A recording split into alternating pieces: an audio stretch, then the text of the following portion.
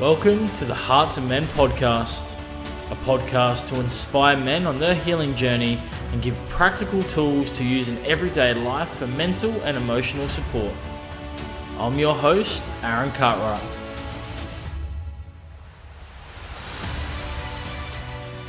All right, welcome back to the Hearts of Men podcast. I have a special guest today.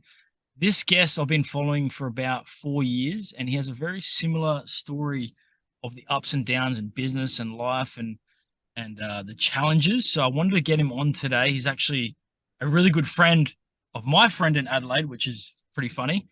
So it's Ryan Magic. So Ryan Magic is international speaker that specializes on topics of courage, purpose, and fulfillment. Through difficult childhood circumstances, Ryan grew up extremely shy and battled severe anxiety and depression in his teens. After discovering personal development at age 16, he learned to leverage courage to build a multi-million-dollar business in his early 20s. Very impressive. After growing too fast from a place of deep insecurity, Ryan experienced a huge business breakdown that involved large employee theft and business debt. After rapidly turning the business around, Ryan chose to abruptly shut the business down to go on a deep spiritual journey. After 5 years of deep healing, meditation, and therapy, Ryan became a meditation teacher, breathwork facilitator, and founded several healing modalities of his own. Ryan now lives his life dedicated to supporting people to unlock their purpose, power, and fulfillment using his proprietary methodology called the COR method. The COR method is a unique way of integrating the spiritual, emotional, and practical aspects of the growth industry to support people to live their best life. How'd I do? That's pretty solid, man. Boomtown. Awesome. Thank you for joining. I'm actually really excited. Like I said before, I've been following you for a while, and I'm genuinely interested in your story because I know parts of it, but I want to go deeper if that's all good. So if we just want to jump into it, when in your intro you say the business breakdown, what happened with this business breakdown? Tell us about this whole business, because I know you grew this massive business in Melbourne. I remember seeing on your Facebook like your office was crazy. It was like this fucking, I don't even know how to explain it. It was amazing, right? So you were living this life of like, it looked like a dream life, right? Like you were killing it. Yet it looked like you were doing very well financially. You were a fucking boss, very confident. What happened? Yeah, dude. I would say that meditation started to weave its magic and allow me to see the parts of myself that I wasn't loving and how that was infusing into the way that I approach business. And then there was a natural and very important breakdown to be able to show me how to live life from a place of greater fulfillment.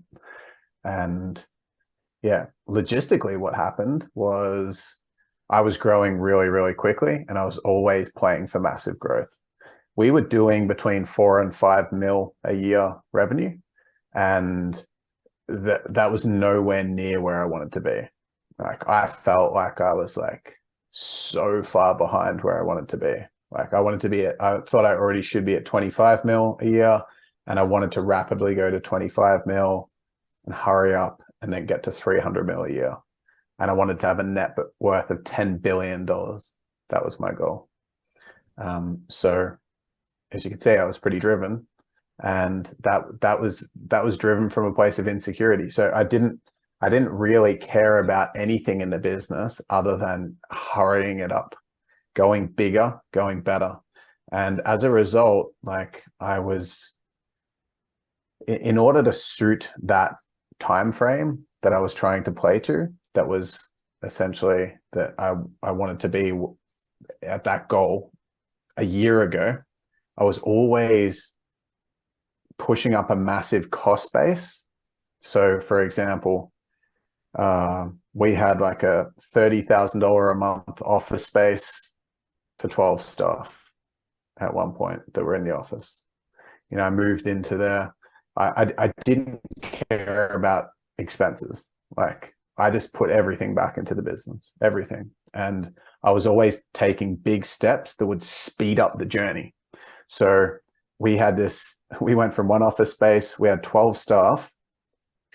I then took out a lease on a facility that could fit 100 staff members when we had 12, because I was like, if I get that office, I'm going to then be forced to hire more people quicker.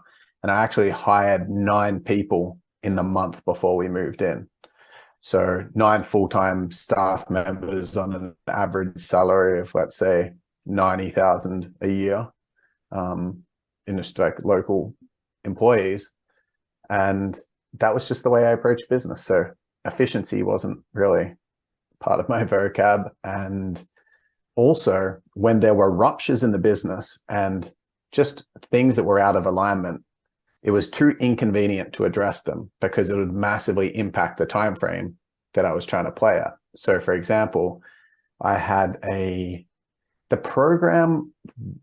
I had over $2 million in unpaid invoices at one point, was an example. And the reason why is because we had a bit of a mismatch in ideal target market. I was going after and saving anyone. I was just like being a hero. I was going to save everyone, and anyone that comes in, if they were in a position like I was when I started, like, which was broke, in debt, but they've got the will to do it. If I could do it, they could do it. So I'm just going to bring anyone in, and then we wouldn't have certain like massive accounts receivables, unpaid invoices, etc. That was a problem.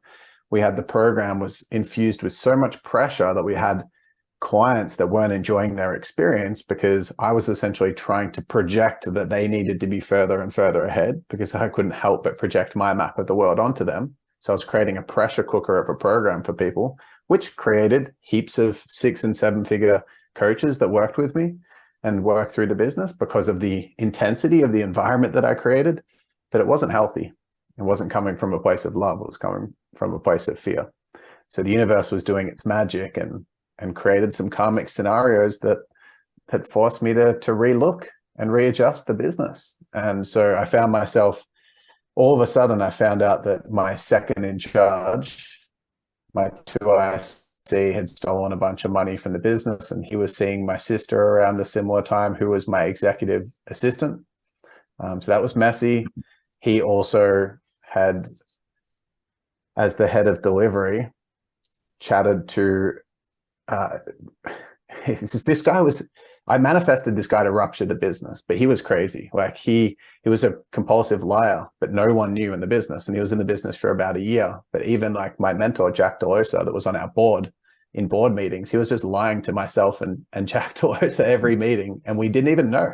We didn't know. And that caught up. So for example, he was saying that he was on top of like paying our BASs, and he took over all the finances of the business and in substitute for our accountant. So he was playing like a CFO role, and that's how he got his hands on stealing money. But he also, overnight, we had $600,000 of tax debt that he was meant to have already paid. And we were making business decisions as if we had the cash, but we didn't. So we're buying all this extra shit we didn't need. And then overnight, we got $600,000 tax debt. We had 20 times 30, $600,000 in refund requests that we didn't know about, that he said he had dealt with all these clients, and he's never spoke to any of them. So people that had complaints or like feedback turned to complaints, which turned to refund requests, which turned into lawsuits. And all this was happening over like a 6-month period in his emails. And we only found it after we fired him. So, there was some crazy stuff that got created through this guy, but I created it by trying to grow too fast. And so the universe, just in all its wisdom, was balancing me out. And I essentially had to rapidly cut costs. So I hired a GM to try to make sure that what happened with that operations manager didn't happen with anyone ever again. And I hired this guy on around $300,000 a year as general manager in the business, who was an absolute legend. He'd grown KX Pilates and took it grown KX Pilates from the ground up. He, I think it was one of the big fitness chains like Snap Fitness or something. He took it from Australia to Australasia and was on that expansion. He was a very, very great general manager, and he was in the business for a few weeks, and he's like, dude, you have to fire me and you need to start cutting costs now or your business is going to go broke. And I was like, shit. And I got to it straight away. I took our cost base from between 200 and 300,000 a month. It kind of like changed a lot based on ad spend and stuff like that. to 40,000 a month pretty much overnight. So that just gives you a bit of a sneak peek on like how much I was like not giving a shit about a expenditure. I didn't care about profit. I didn't care about money. I just cared about hitting my goals to try to prove that I was worthy. Yeah. And so, yeah, I turned the ship around pretty quickly because we had pretty awesome profit when our cost base was 40,000 a month instead of, let's call it 300,000 a month or 250 a month overnight. But at that point, I very quickly realized after I was steering the ship around and it was all kind of like in a much better place that this wasn't where I was meant to be. Yeah. And I sold the business. I shut down the business. I liquidated it to avoid paying a lot of that tax debt. Yeah. And got on with my spiritual journey. And that was about 5 or 6 years ago. That's amazing. That's amazing. There's so many questions I have, but first of all, just so people know, how old are you right now? You're pretty young still. 30. You're 30, right? I'm 30, yeah. You're 30, and so at your peak, what were you making in this business? And how old were you? Let's just call it 4.5 million a year. I don't know exactly. I was pretty terrible with the numbers. Let's just say it was 4.5 million like cash revenue. And I was like 25, I'd say. Insane. That's insane. Yeah. So it's pretty crazy. Even I look back and I'm like, that guy's a psychopath in a good way. In a good way. It's insane in a good way. I've got so many fucking questions, but first of all, did you ever, because 25 years old, I was taking pills and going to the clubs, right? So like, I didn't give a fuck. Like I loved money, but like that is super fucking driven at 25. And I know you started before that, yeah? You started like 20 or 21 or something like that. Yeah. Did you ever want it? Did you ever party? Did you ever go through that phase? Or were you like, fuck it, you just wanted to be driven the whole time. You just wanted the big money. You wanted, like, was that a part of your life too? Partying and all that, the normal stuff. When I was 16, I got smashed for a few months, like on alcohol and just like just with friends from high school. And then I got hungover once, and then I said, I'm never drinking again. And I haven't drunk since then. So I kind of, that phase of my life was pretty similar to the phase that you were just talking about in your life. We just had a different chosen addiction. We had a different drug. Yeah. You know, both coming from deep toxic shame, both coming from deep insecurity, both coming from deep pain and trauma. And the way that I chose to approach that was in a way that society celebrates more. That's all. Yeah. You know, So people true. celebrate. My personality growing up was formed by my mum and my dad. My dad was a hardcore disciplinary. He was a drug dealer as well, so he was all over the place. But he was very controlling, very achievement driven, and very like. I remember once I got to the end of my football season, which was my way that I achieved when I was like from let's say 9 to 15 years old, and I cried at the end of the season because I thought I did so crap. And I won the best player out of all the teams, let's say the 500 players, by like 40% better in the votes, and won like the equivalent of like the Brownlow medal for my league. And I thought, but I cried because I thought it was so crap, but I actually was the best player in the whole league by a long shot. So that just shows the disparity between like who I was and who I thought I was. And same thing when I ran the business. When I had this big business success, I felt like a piece of shit. And I put on this confident thing, but I thought people that were doing less than me in business sucked more. So if I'd met someone like, if I'd met you at that point, I know you've been successful in business as well, but I instantly in my head was sort of thought, he's older than me, doing less revenue than me. He's a nobody. And then anyone that's younger than me and making more money than me, I'd be like, fuck, I suck because that person's awesome. So I was always looking through the lens of better than, worse than, always looking at people and judging people, always judging myself as well because of that deep insecurity. And so because I had a driven dad, a dad that like tried to force conditional self-love on me through achievement, I became really driven. And my mum was like played the hyperpolarity as a nurturer, really, really nurturing from a place of insecurity. And it was also a meshment there. So I was pretty much a super driven, nice guy, nice boy, mum's boy. So society loved me. Society loved me because I'm super driven. So I'm meeting all the society's materialism objectives, tick. Not everyone, but like just the collective values. And I'm also really nice. So, you know, people like me, or the teachers liked me, or the kids' parents liked me. Always been liked by older people because I was a nice boy and good boy and also driven. So it's like, but still, both of them were rooted in deep insecurity. Deep insecurity. So I appreciate like the celebration of previous me, because that guy did the best he could with the resources he had. And I did work hard and I was really courageous. And it was like, I've got a lot of honor for that part of me that can endure pain and be really willing to go through fear. And there's some beautiful light qualities in it. But in essence, I feel like it's the thing that feels more meaningful to share about the story was the fact that I can say I've been there and it's not going to fulfill you.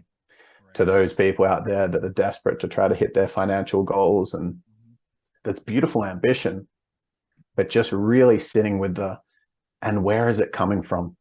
Yeah. And where is it coming from? Yeah. That's why I wanted to get you on, because you were super, I don't know now if you're super driven, but I know you were, and now you've really turned a corner and you've really come into yourself, and which I want to get into, by the way. But first of all, can we go back to your parents? So you said your dad was, because I'm trying to figure out, like, that's super driven. Like I fully understand that, because what you're saying is similar to me in ways when I was younger. Even my mum, like, very similar.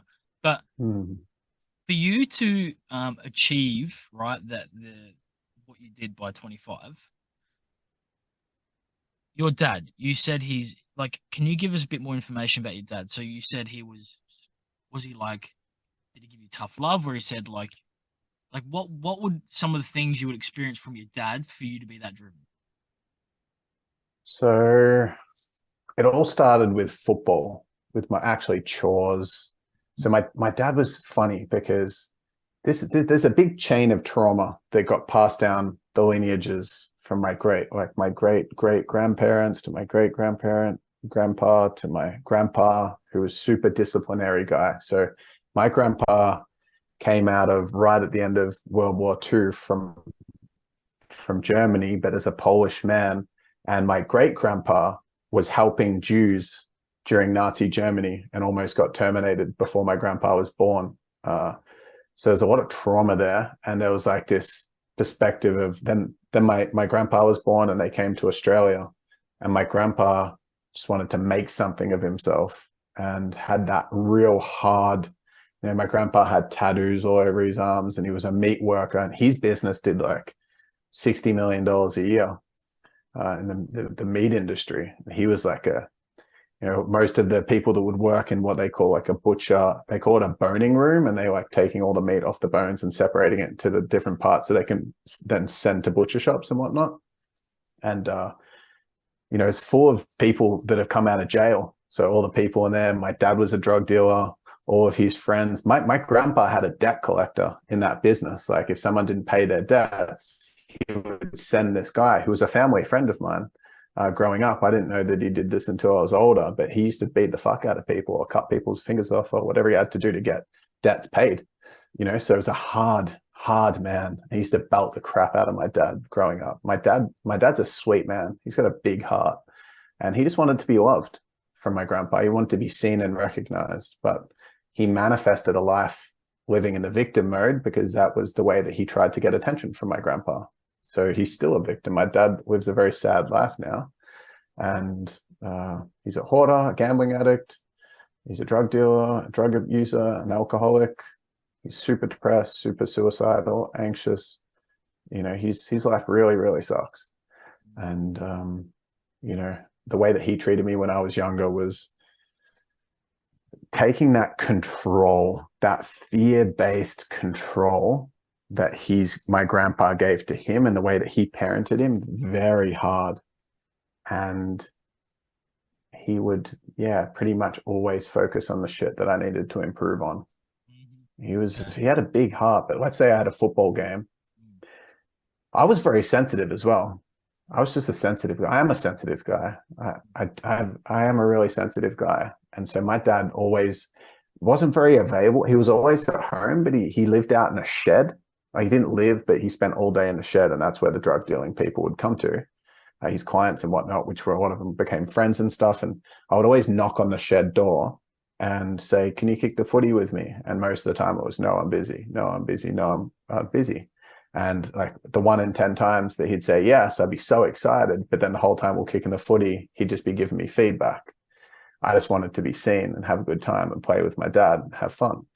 But it became like, oh, dad doesn't want to play with me because I'm not good enough. And so I'm going to practice and I'm going to get really good. And so I was like 8 years old with a 6-pack, doing like 100 push-ups every morning, 5K run every morning, sit-ups every day. I did 2,000 sit-ups one night when I was like 8 years old.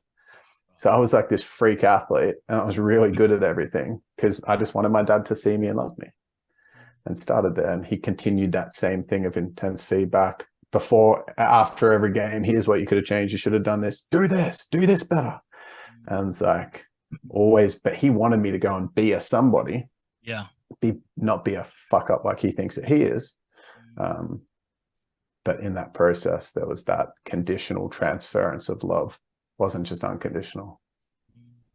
Okay. Yeah, that makes sense.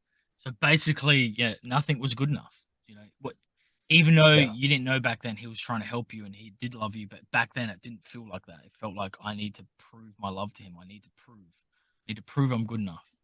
Yeah, So then, exactly. So then you took that mindset into business and fucking crushed it. And then you made it. You made it, right? In business, you did make it. This is the part that I love. You made it 100%. 100%. Most people would have loved being in your position. They think they would have, right? With all the money and all the external, I'm sure the external things felt nice, like the attention and the external validation. I want to go to the moment. I know you kind of mentioned it, but was there a specific moment? Because I know that was a specific moment for me, so I don't know if it is for you, where something changed for me. So did you have a specific moment where you broke down or something just gave way? Yeah, you know what? There was one that there was two kind of shifts. One was like the beginning of the unfolding, and then the second one was like a precipice point. The beginning of the unfolding was, we had $1 million month in business, and I had a 9-person sales team that I trained up to be killers, and they would start work at 7 a.m. and usually not leave till 9 p.m. And I was just training these guys to just absolutely dominate. And I burnt them out. And then in a period of like a month or 2 months, the whole sales team turned over, meaning like got fired or quit. And so I went from this like $1 million month to like, I don't have a sales team at all, and I got to rebuild from scratch. And during that phase, I also was getting a lot of hate. And I remember I filmed this video talking about the fact that I'm grateful that my dad was super strict on me, because it made me into the killer I am. And that's what makes me better than you. I want you to be like me because I'm so good. Look at my life, and your life is no good. My life used to be no good, and your life is no good, and I can help you make it good like mine. That was my perspective. And I actually was trying to help. I actually thought people's life sucked, and that my life was good, and I was going to help people live a good life, save themselves. Like, I used to be a piece of shit failure. You are too. And, I can help you, and because I care. And that was all I knew, really. And so I would put out this really intense content. And I put out this piece of content, saying, I wish I was beaten as a kid. I wish I was beaten as a kid, because if I was, I'd be even more brutal, even more powerful than I am, because I was abused verbally a lot. And look at me. Imagine if I was beaten. Imagine how strong I'd be. And I did one talking about it pretty sincerely. And then my social media manager came back, because I had heaps of big KPIs for him. And he was like, dude, you're filming this like controversial topic like we want, but it's not controversial enough. You got to make it more aggressive. And so I was like, okay, shit. So I refilmed it, and I filmed it with a real savage tone. And I triggered a lot of people with that video, because people that had gotten beaten, that were trying to learn to love themselves, feeling like pieces of shit because their parent, their dad or their mom or both beat them, see this video of me saying, I wish I was beaten. And it was offensive. It was a really offensive video. So I was copying a lot of hate from that. No sales team. My sense of self-worth dwindling very quickly because my revenues dropped pretty rapidly overnight. And I felt very, very, very lonely. And I realized at that point, all the people that were close to me, I was disconnected in my relationship. My partner was just pissed. I remember I lost 300 grand one day. I can't remember what it was for, but I just lost 300 grand. I came home and I was really upset, but I wasn't showing vulnerable upsetness. I was just agitated.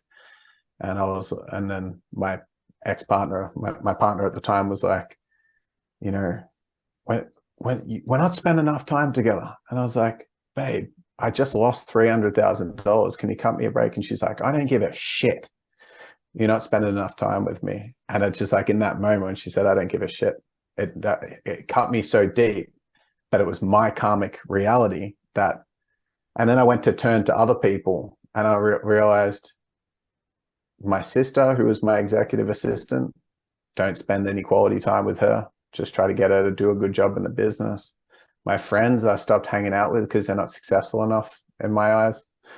And here I am, all alone. And I was like, my team, I try to hang out with and do team activities, and they just wanted to go home to their partners and their lives outside the business. And I was like, why don't you want to hang out with me?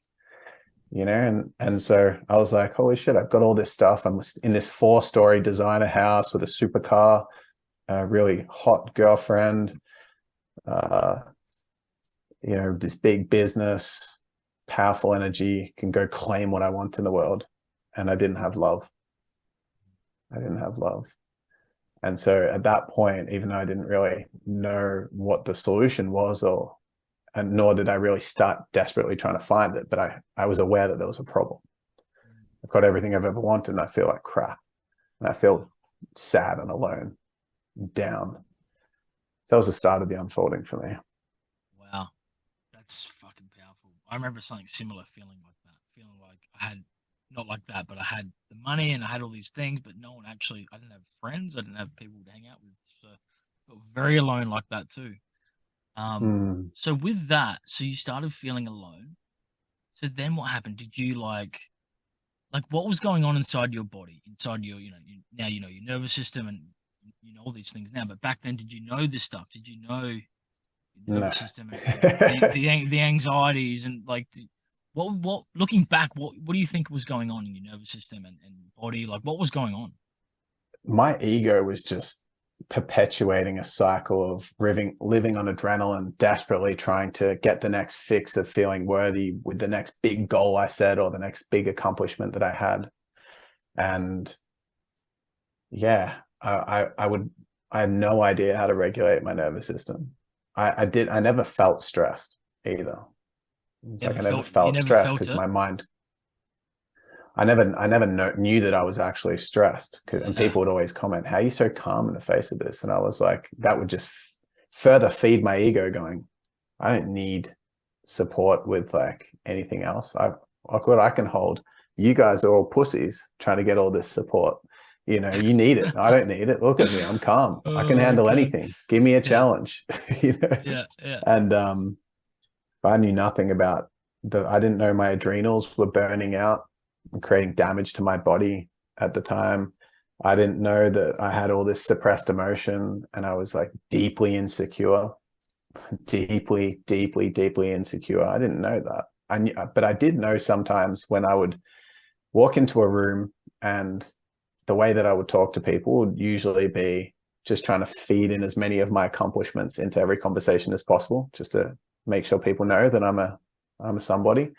And I would meet some men at times that were really, really self-assured and had a high self-worth, but it wasn't like my self-worth. It wasn't like my confidence. The way that I used to think about it was like, that person's got grounded confidence. And I was like, how do I get that? And I was like, how do I get that? And I was fascinated by men that I would meet, and I'd be like, this person's way less successful than me. Why are they confident?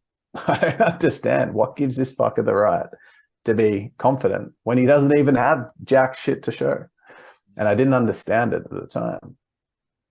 And that was a little bit of a look into the psyche of what was going on. It was a lot of ignorance. But at that very similar time was when I started meditating. So even though that was my reality at the time, over the year after that, when we're really busy, we miss things. So I was ignorant at the time. I couldn't see any of this stuff because I was so busy. I'd work 100-hour weeks every week. I'd get up and start work at 7 a.m. and finish at definitely after 9 p.m. every day, but often until midnight, 1 a.m., 2 a.m., 3 a.m. every day. And then I'd get up at like 5 a.m. to meditate, do like a hardcore adrenaline boosting ritual of primal screams and massive affirmations. And then I'd do a hardcore hour-long boot camp session at 6. And then at 7, I would go straight to the office and start working every day. So I was like, yeah, I was so busy. And when we're busy, we miss things. Think of a stereotypical dad in a movie who misses his daughter's dance recital, and he's an asshole in the movie because he never has the time. He's always missing things. And then think the opposite of busy and missing things is when you have space, you see things. And meditation is a way of creating potent space, the most spacious energy you can tap into, which is why people find it so difficult to do, because our mind doesn't allow that to happen. But I started meditating. I started creating space. So I started to expand my awareness and started to see things, started to see some of these habits, and following the breadcrumbs. I remember the precipice point, or the time where I actually decided to make a change. I was at a meditation retreat, learning about ancient Vedic wisdom, which still informs a lot of the decisions I make and the way that I see the world, learning this timeless wisdom from the ancient yogis in India, a lot of Sanskrit wisdom, like the Bhagavad Gita, which was the book that Gandhi took to prison, and studying this stuff. And I was just slowly being walked to this opportunity to learn to love myself unconditionally. And they were talking about the idea of who are you without your attachments? Who are you, Ryan, without your business? And I was like, there is no way that I'm not going to have this business. It's like, I'm nothing without this business. It's impossible. This is I'm on my way to a $10 billion net worth, and this fucking business is one of the key steps on that journey. There's no way I would let this thing go. And I was so resistant. I just remember thinking, this is ridiculous. And these pussies in this meditation course are just like, don't have the strength to do something like this for themselves. And there was this lady who was a famous fashion designer, Yojin Bay, who was at this same course. I was very lucky that I was surrounded in this meditation community that had a lot of successful people in it, because then I could relate, and not just, my ego couldn't just bypass them as hippies that were copping out on life, but I could hear stories of people that had actually been more successful than me. And Yojin Bay is an example of someone like that. She's a famous fashion designer, and she had a massive business. If you go on Instagram and Google Yojin Bay, just search up Yojin Bay. It's like a famous dressmaking fashion label, and she'd have runway shows around the world. And she was in Melbourne, and she was talking about how she let it go and found liberation. She let her business go, and she realized that she was holding onto that identity. And for some reason, it was just hearing that someone else had the courage to do that really, it gave me, my nervous system settled to the idea of, maybe I can be somebody, like maybe I can find self-worth without my attachment to this. And it was at that point where I was like, I need to let go of this business. And this is at a similar time to when I just turned it around to make it really profitable. And I was like, I need to see who I am without this business. So I've got to shut it down. And that's what I did, man. And that was probably the most courageous thing I've ever done in my life, because I had to challenge my deep feelings of inadequacy and insecurity and low self-worth, and learn to love myself without being seen as a somebody. Yeah. And I've been oscillating hard between going back into that achievement pattern and then finding liberation and surrendering it, and back into the achievement pattern, on and off for the 5 or 6 years since that point.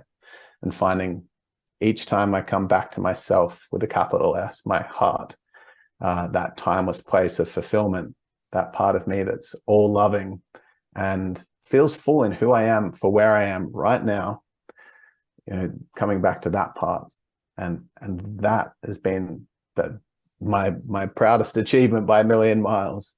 And it's not a full embodied state, but just the glimpse or the exposure I've had to being able to know that is here within me and be able to come back to that and live life with more fulfillment, which I believe is the purpose of life, to live a fulfilled life. That's everything to me. And that's a little glimpse into how it unfolded for me. That's fucking huge. For you that decision to close it down, was it an instant, were you meditating and it was fucking, I'm just doing it? Or was it like you said, a bit of oscillation? Or was it just, how did you come to that decision? Because that's a big deal. There wasn't an exact, you know what? If there was a point, it was somewhere in that retreat when I heard the story of Yojins, this beautiful, amazing woman who shared her story of letting go, where I knew that's when I knew I was going to make a change. And usually when I decide something energetically, there's a very quick turnaround from making the decision. So I didn't know at that exact stage how quickly I'd move, but as soon as that idea was planted and the decision was made internally, very quickly I'd shut the whole thing down. And then when you shut it down, how did you feel? What happened? What was going on?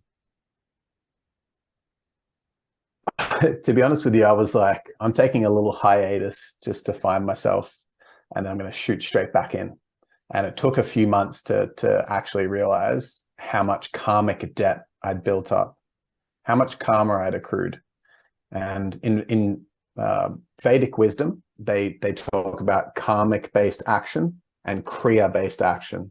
And karmic action is binding action. Bound to the action is karma, which is going to cause consequences in the long term. So, for example, if you're on a date with someone and you get a gut feeling, this person's not aligned for me, but you feel awkward about saying that you don't want to come out on another date. So you go out again and you've ignored the red flag. You've ignored the intuitive feeling.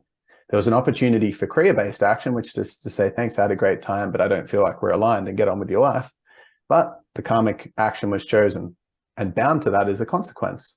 Now you're going to have a more uncomfortable conversation on the second date. But if you avoid that and avoid the next one and the one after that, and all of a sudden you've been with the person for 2 years, the consequences to exiting that arrangement, the consequences of all that compounding time of suffering or misalignment is big. You've got to know their family, they've got to know yours, you've got to move out, there's all this packing that needs to be done, and it's going to take longer to come back into alignment in that context of relationships.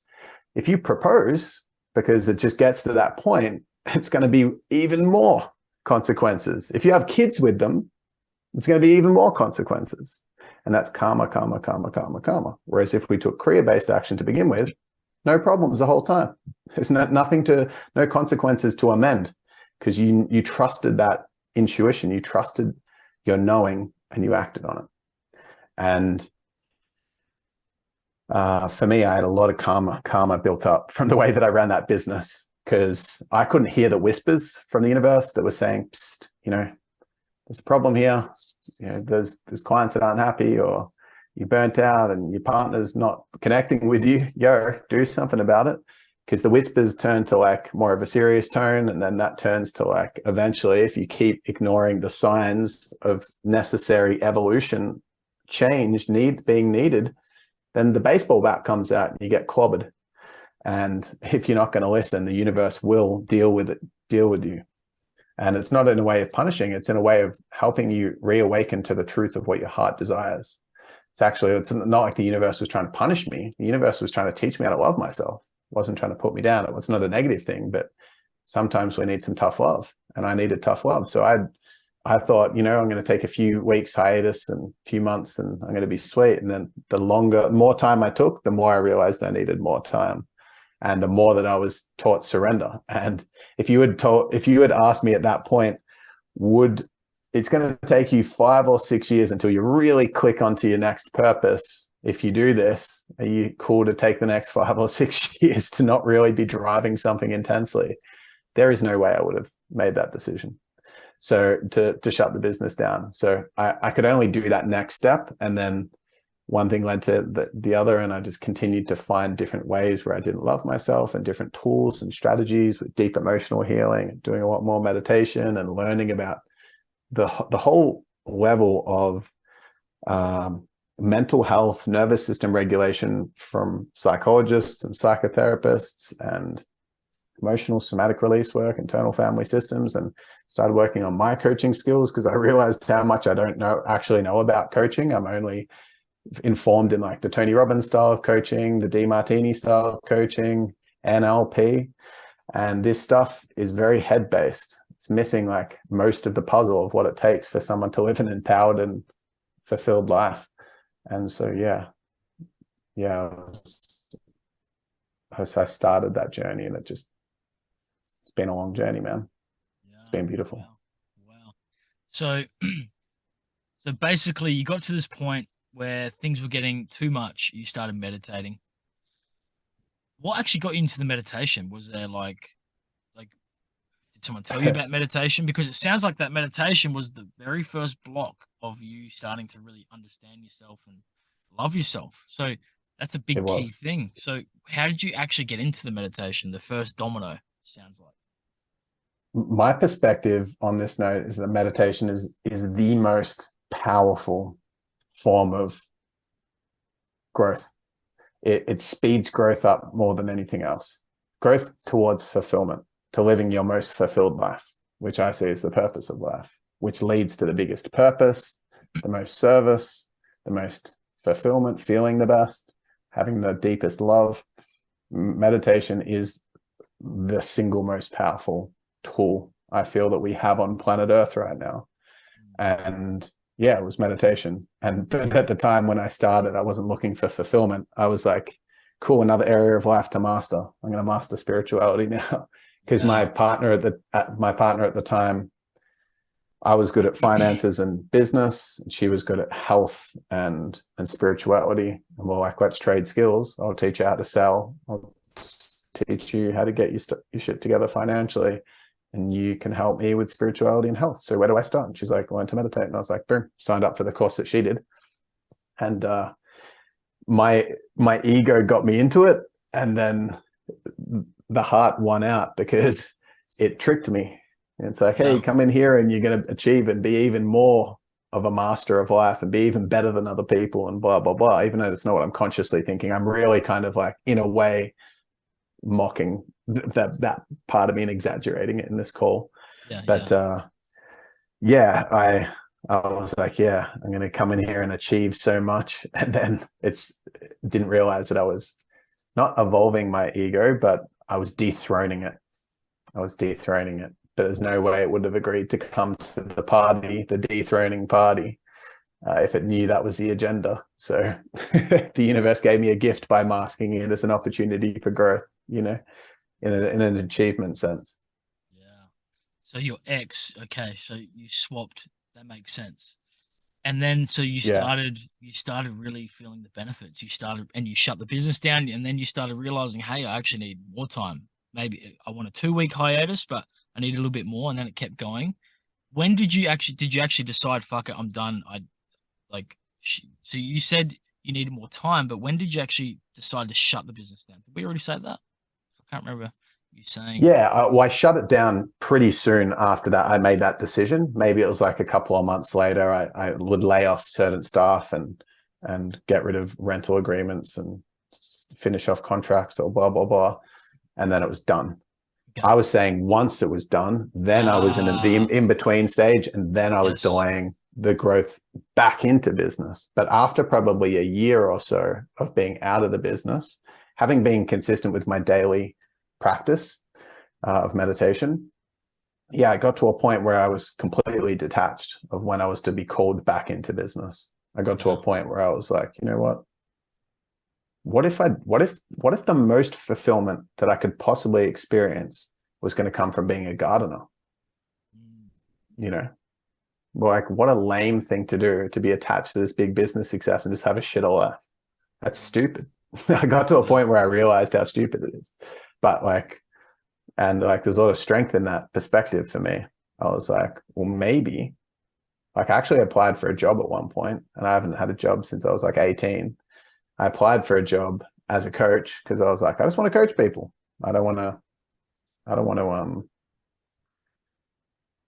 want to just keep doing things from the place of needing to prove myself. I want to coach people. So I applied for a coaching job, and the person that was interviewing me had seen my videos and stuff. And they're like, what are you doing, mate? They're like, I've been following you for ages. You're a lion. You're not a sheep. I'm not giving you the job because you're going to outgrow it straight away. And I was like, all right, that's a sign from the universe that maybe that was too much of a course correct. But yeah, I was open. The same thing happened with, I watched this beautiful Facebook Live from this couple once that were talking about how to find your soulmate. And the lesson of it was, you need to surrender your ego's attachments in order for the universe to present you your soulmate. If you already think you know what it has to be, with all the ego preferences, they're going to look like this, they're going to, the tits are going to be like this, and their drives are going to be like this, and all this stuff, then you might have the most beautiful, perfect fitting person that is just designed for your fulfillment right in front of you, and you just look the other way. And I feel like that goes with every area of life. If you're attached to what you think is going to give you what you want, where's the attachment coming from? It's coming from fear. And if you can let that go, then you create space for the universe to give you what you actually need to live the most fulfilling life. That is, like, on some sense, on one season, that's like the death of that ego's attachment. And through that comes a lot of fulfillment. So I got to that point with business and purpose. I was like, you know what? I know I'm going to get back into business because it makes sense for the universe to use me as a vehicle to be of service, because my strength, even though it still came from insecurity, is playing a big game. So the universe will use me as a tool to be of service in some way, but I'm just attached as to when that's going to be. And that was a powerful place for me to get to. I didn't stay there, but it was nice to get there. Probably a year after shutting that business down. You know what I love about you? So when you go on your page, you do a lot of vulnerability, like true vulnerability posts. And how did you get into that? Because, like, that's one of the reasons I really wanted to get you on here. You do put your heart out there. Like, you basically put yourself out there to get criticized or judged, or like, which it normally doesn't happen because you're being vulnerable, but that's scary shit, right? So as a man who was very driven and multi-million-dollar, becoming this guy who's so fucking vulnerable and so, like, in his heart, how did that come about, the vulnerability stuff? And what do you think? Why do you do that? What does that do for you? And yeah, what's the purpose behind it, and how'd you get into the vulnerability? Well, thank you for the compliments. I really appreciate that, Aaron. Really appreciate it. And I do live in my heart a lot more than I used to, but I just want to stipulate one piece before I answer that question, which is that I honestly believe that to simplify the whole personal spiritual development world and people that are into growth and want to live their best life, I see us only ever being in one of two places, either being in our heart or our head. And I think it's really important to understand this for us to live our most fulfilled life, because the motive of each of them is for our best.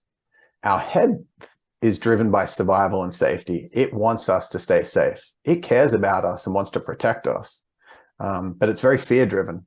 And it believes that the way that we're going to stay safe and that's going to protect us is by staying in control and keeping things as familiar as possible, as comfortable, as convenient, and keeping it in control. Whereas then we have the complete opposite in our heart. Our heart wants us to liberate. It wants us to live our most fulfilled life, and it believes that's going to happen through love and growth. And both of those things happen in the unfamiliar, outside of control. And so we have a bit of a problem there, because we have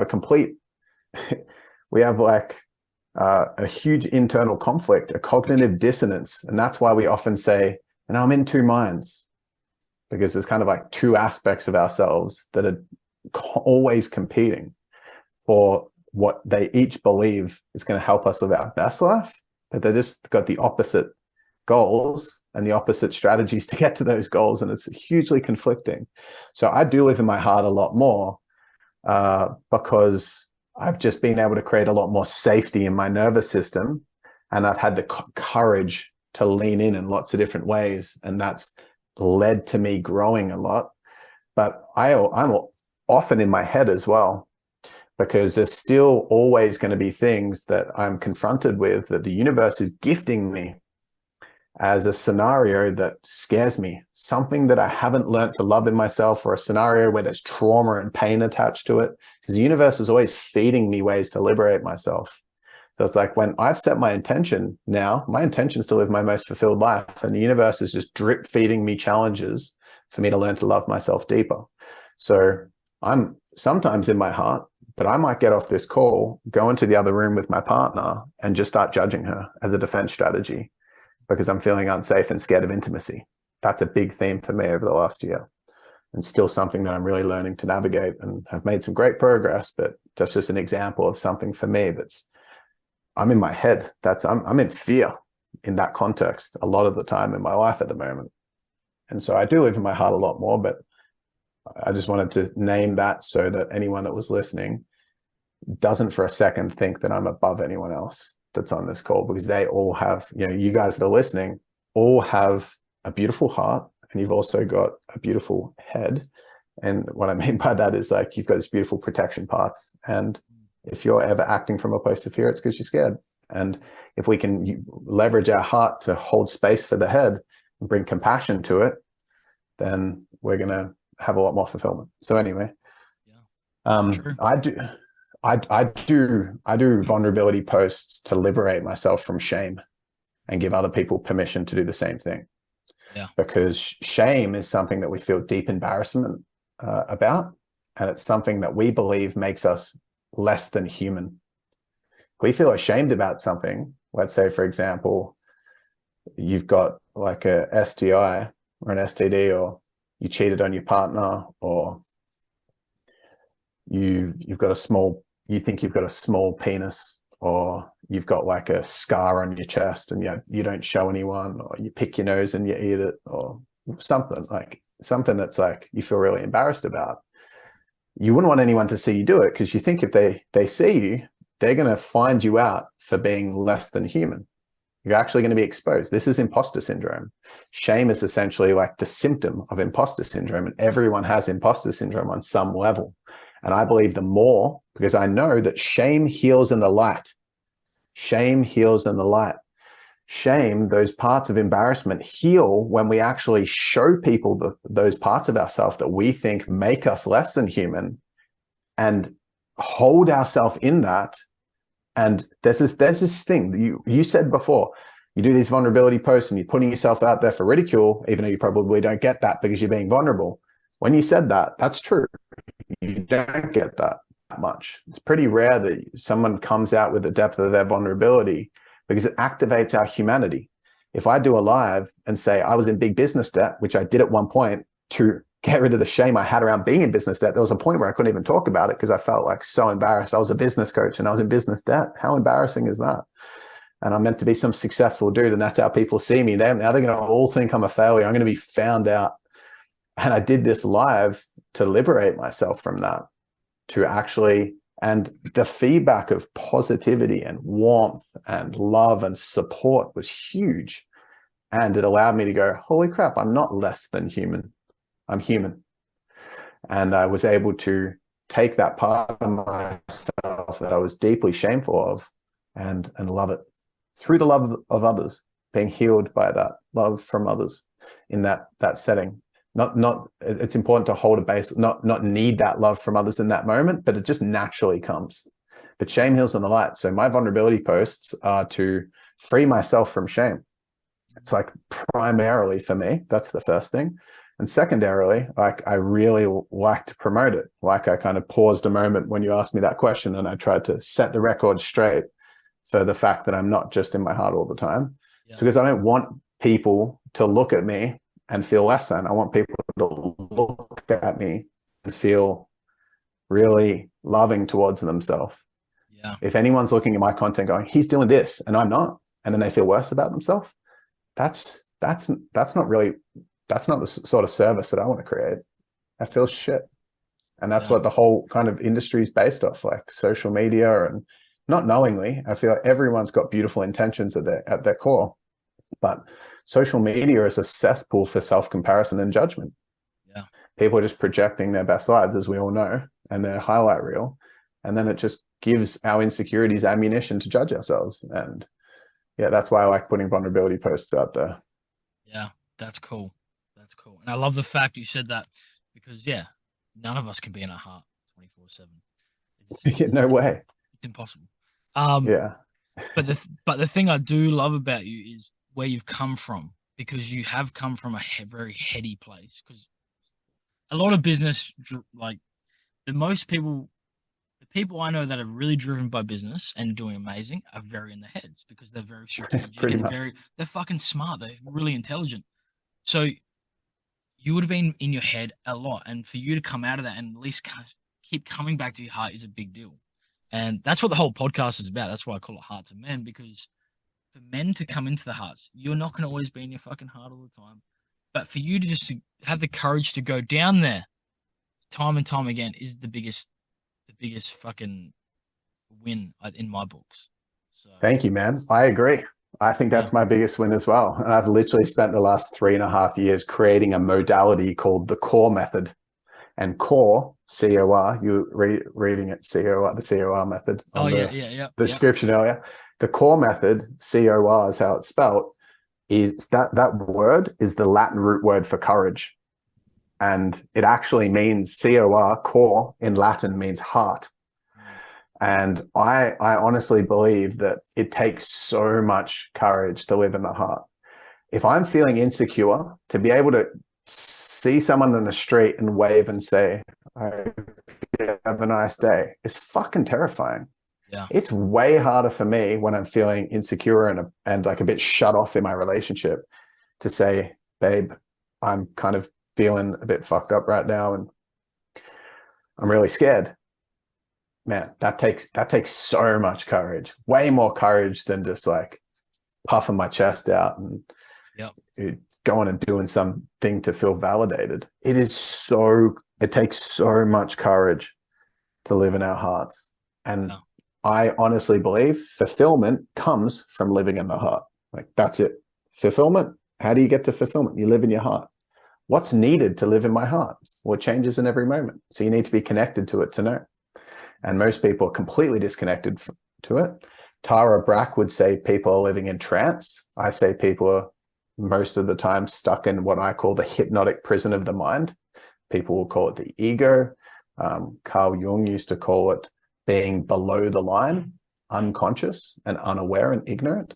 Yeah, in spiritual wisdom, they say ignorance versus awareness. So that's where it's at. Yeah. If someone's watching this and they're like, yeah, like, what do you mean? Because I remember hearing about this ages ago. I didn't know, like, in the head and the body, what the fuck's the difference? What is the difference? Can you explain to people what the difference is for the men that don't understand? And how do they go from the head to the heart? What is your core method, if you want to explain it? Or yeah, it's pretty. I'm running my very first formal workshop teaching it coming up. That's the Art of Courage, and I've got this like keynote presentation, like the Apple Keynote app, and it's like there's like 300 slides or something with all these different diagrams and models, and it's crazy, man. And I'm in the process at the moment of like consolidating it in a way that where it's like at least draft 5. I've wrapped it up so many times, but it continues to evolve. But the difference between living in the head and the heart, that the head is fear-based, like I said before.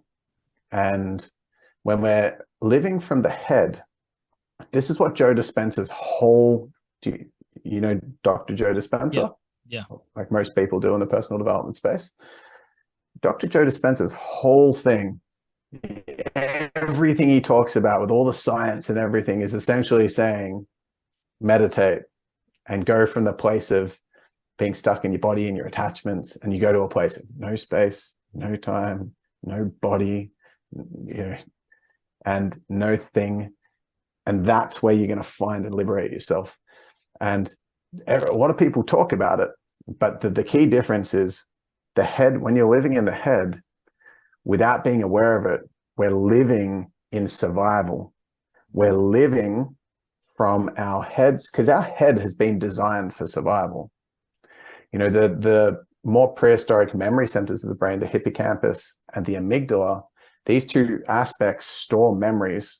And I think fear comes from a combination of preloaded fears that everyone has, and then learnt fears of things that could cause us problems as kids.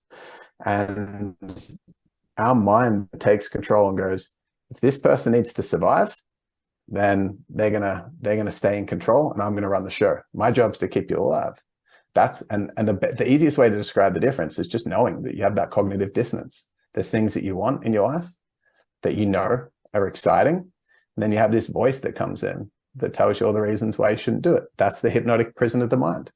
It's sneaky. It'll do anything and everything, say anything, do anything, convince you of anything, control everything to have you avoid making progress.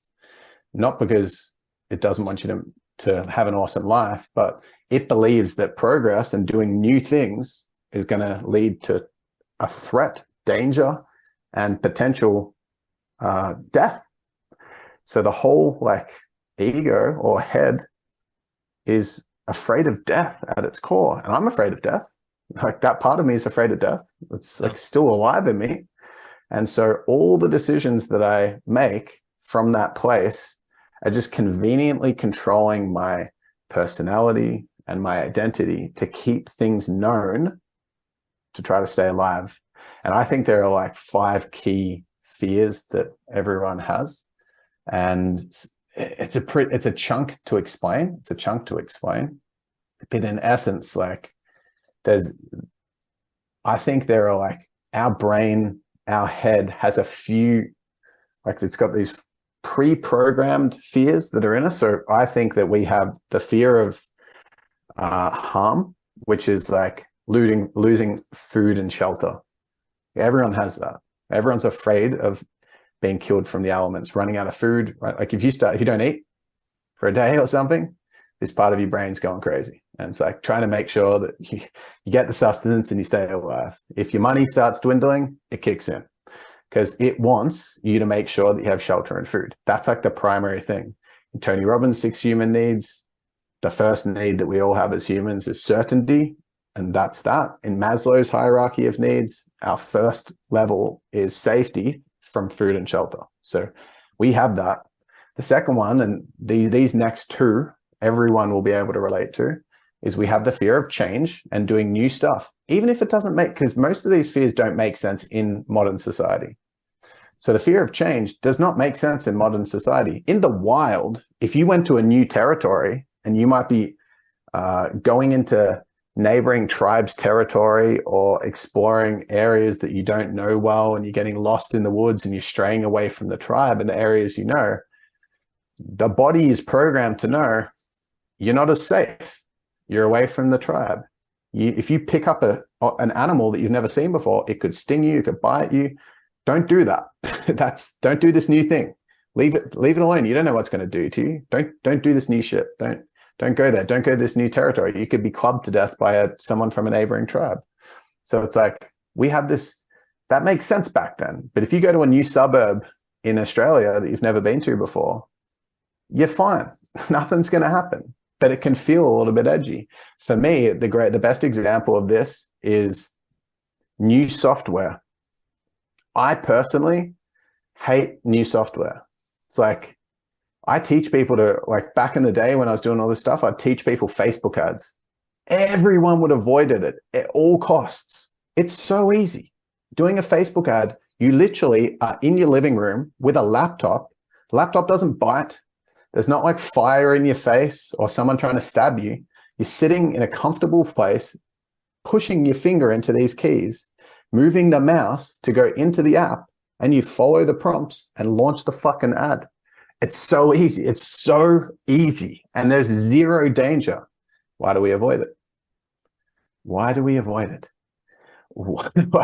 How is it a difficult thing? It's not. It's so simple. If all of a sudden Instagram changes the way they do stories, I'm freaking out. Why would I freak out over that? It takes 5 seconds to figure it out, and my body's feeling unsafe. Yeah. So that's pre-programmed in it. I've never been able to get through it. I've done plenty of big changes and action steps in life and new things, and it just doesn't go anywhere. It's always there. The fear of like harm through like losing food and shelter is always there. That's always there. And the third one, which I think is the most prevalent and stops people the most, is the fear of rejection, which is essentially the fear of abandonment. And it's programmed into us to be afraid of being judged, rejected, and abandoned, and ultimately abandoned, disliked, abandoned.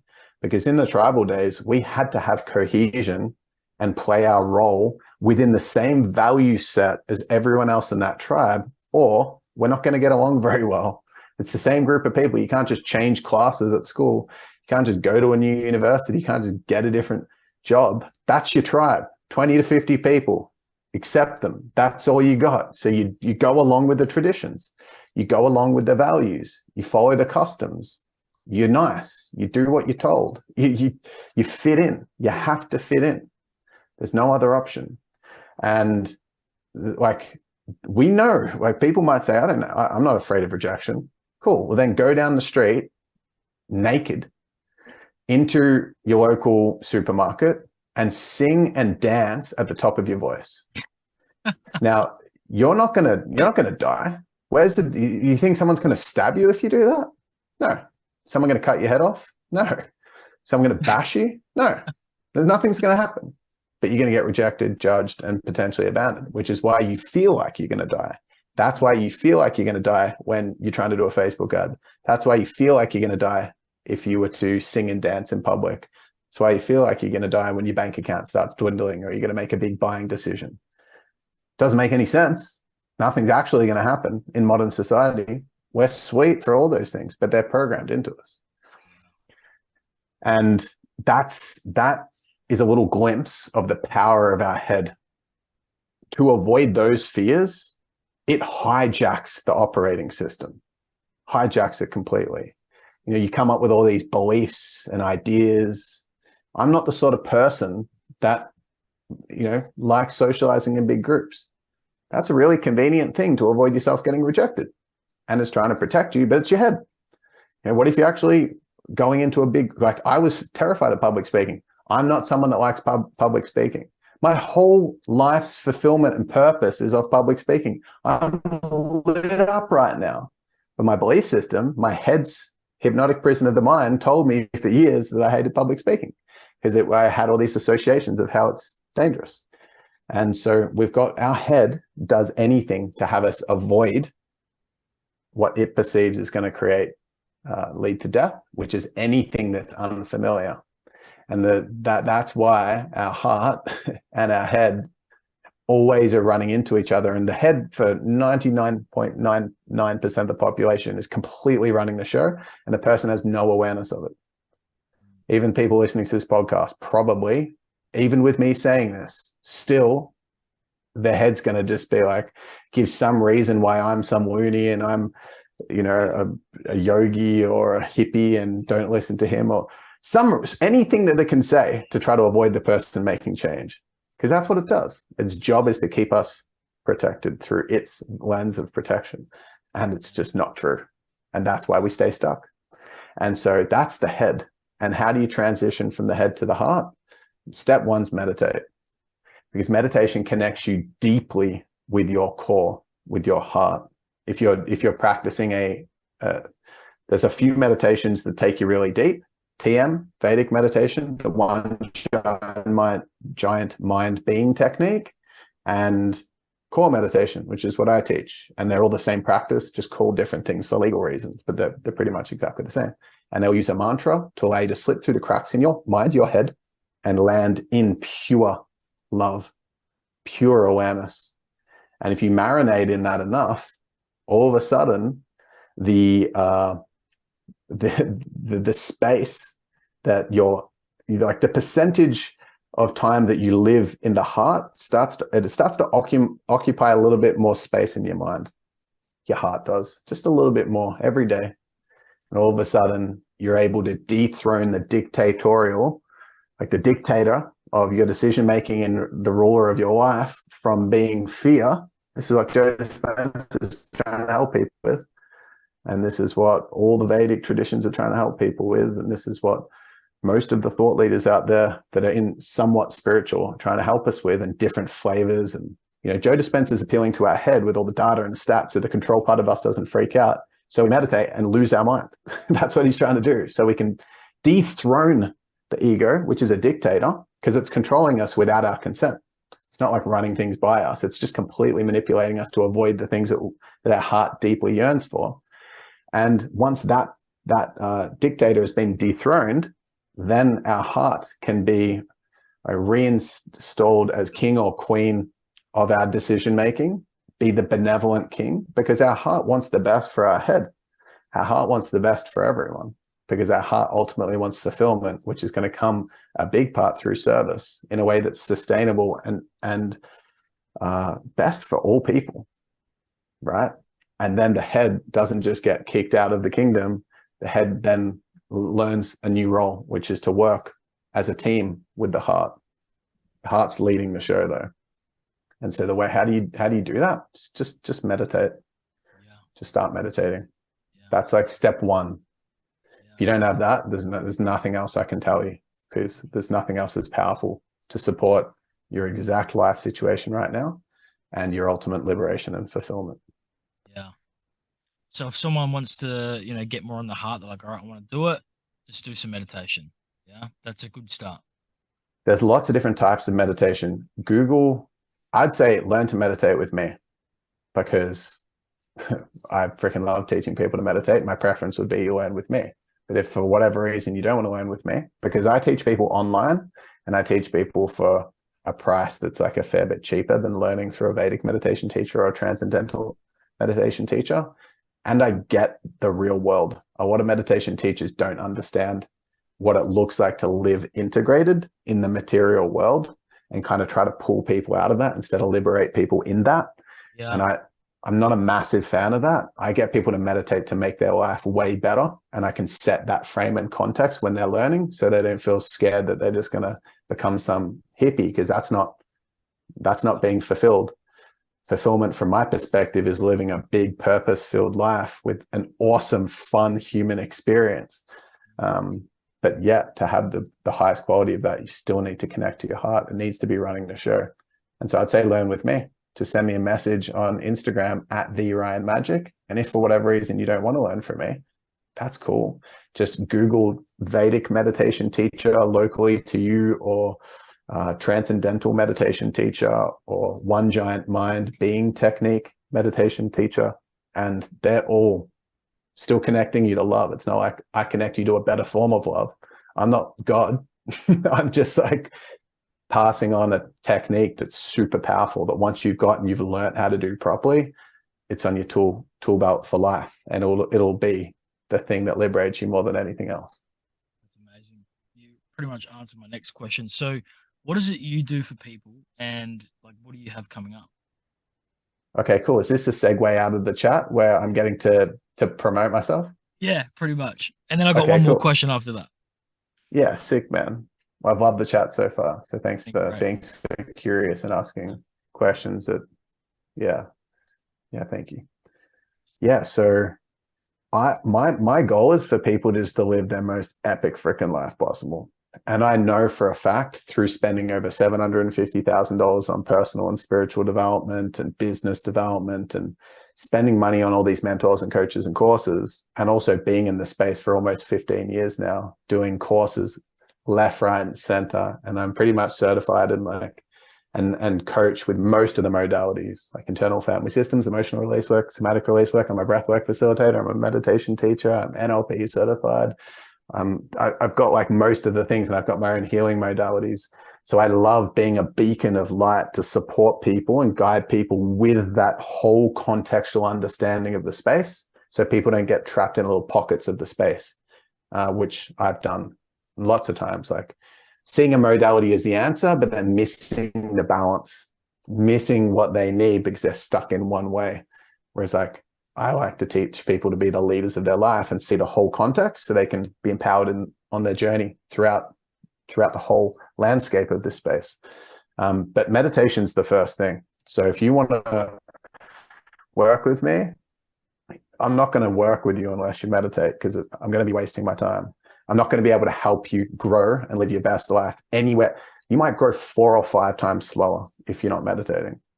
So there's no point me doing anything else until you've got that down pat. So if you haven't learned to meditate, send me a message. It's very affordable.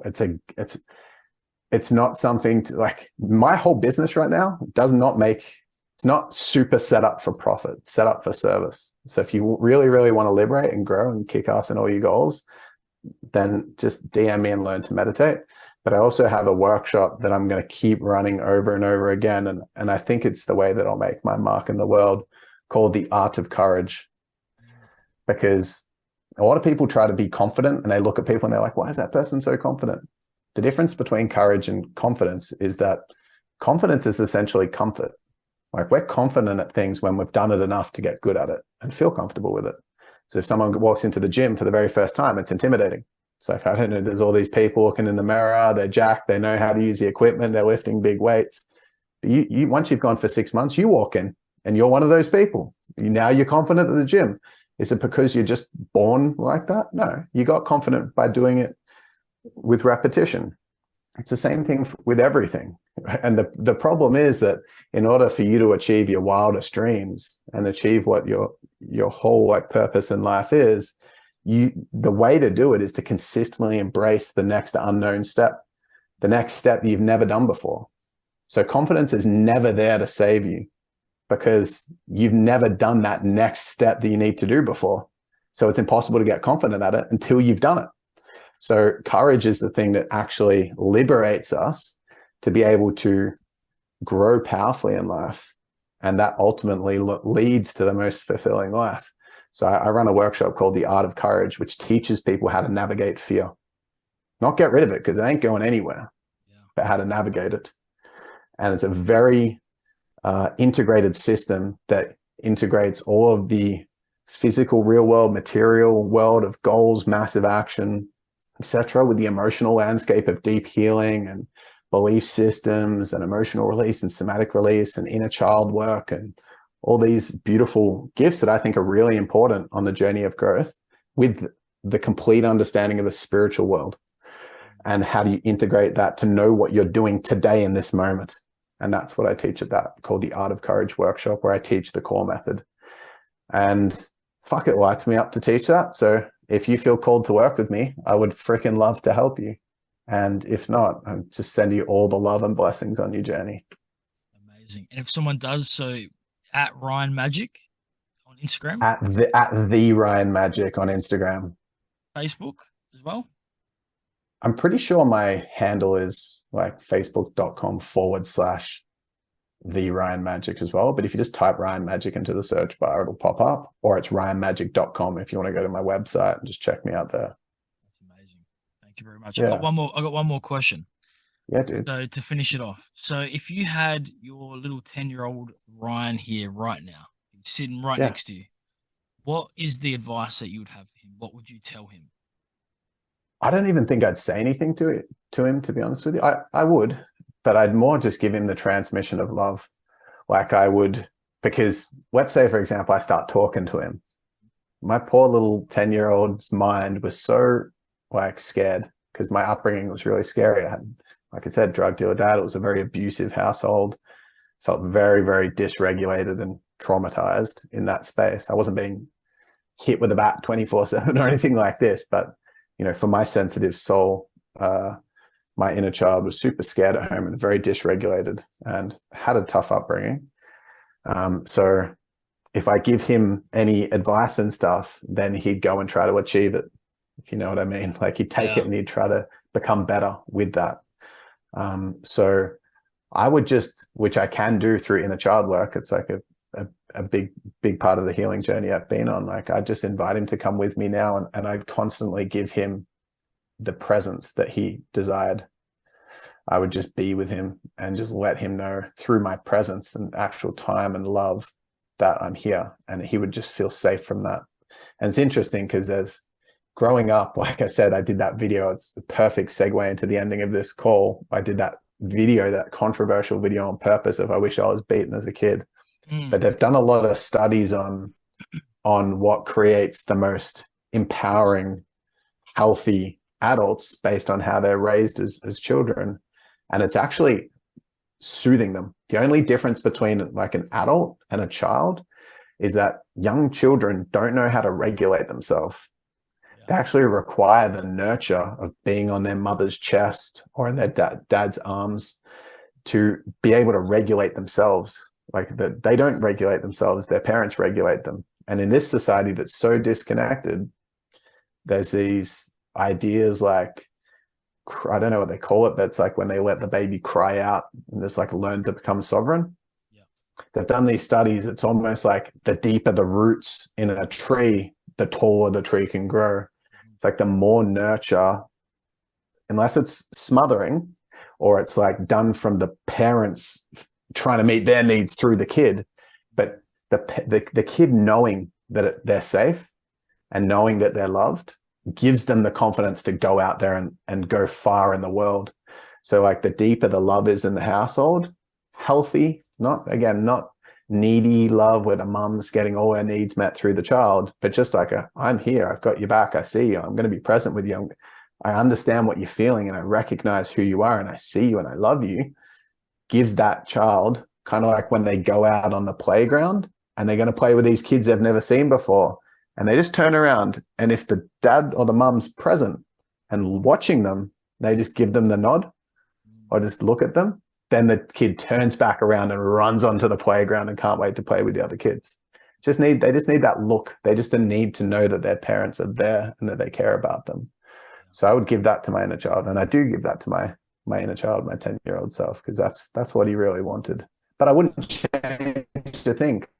I love my ego. Like I love being this insecure, driven mama's boy that I am. Yeah. And Yeah. the more that I embrace that, the more they turn from the shadow qualities to the light qualities.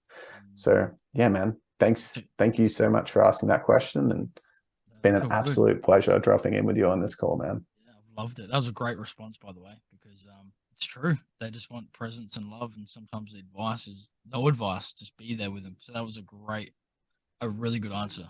Appreciate it. Thank you for coming on. Thank you. And by the way, I don't want to minimize anyone else's answers. That's not like the right answer, because I know where you're going with the question. It's like, what's the biggest piece of advice you'd have? Yep. And I know sometimes people can like really analyze the questions and use the language exactly and stuff. I don't want to take away from anyone else's like best advice they've got that they give their kids. But yeah, I just felt appropriate to share that piece for me. But I'm sure other people have awesome other answers too. Yeah. No, I love it. Thank you very much. I know you're a busy man. So is anything else you want to share before we wrap it up? Yeah, there's one other thing. I just want to tell people that, and remind anyone that's listening, that God doesn't make mistakes. God's not just taken the piss and as a result planted these ideas and dreams and desires that are really deeply aligned with your heart just so you can't do them. Like, to believe that it would be ridiculous, but we all kind of act like that's the case.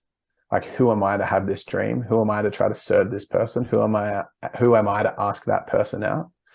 But if the desire is genuinely there in your heart, like I believe that God or the universe gave it to us to help us live our most fulfilled life, and wouldn't give us something that we can't actually obtain and experience.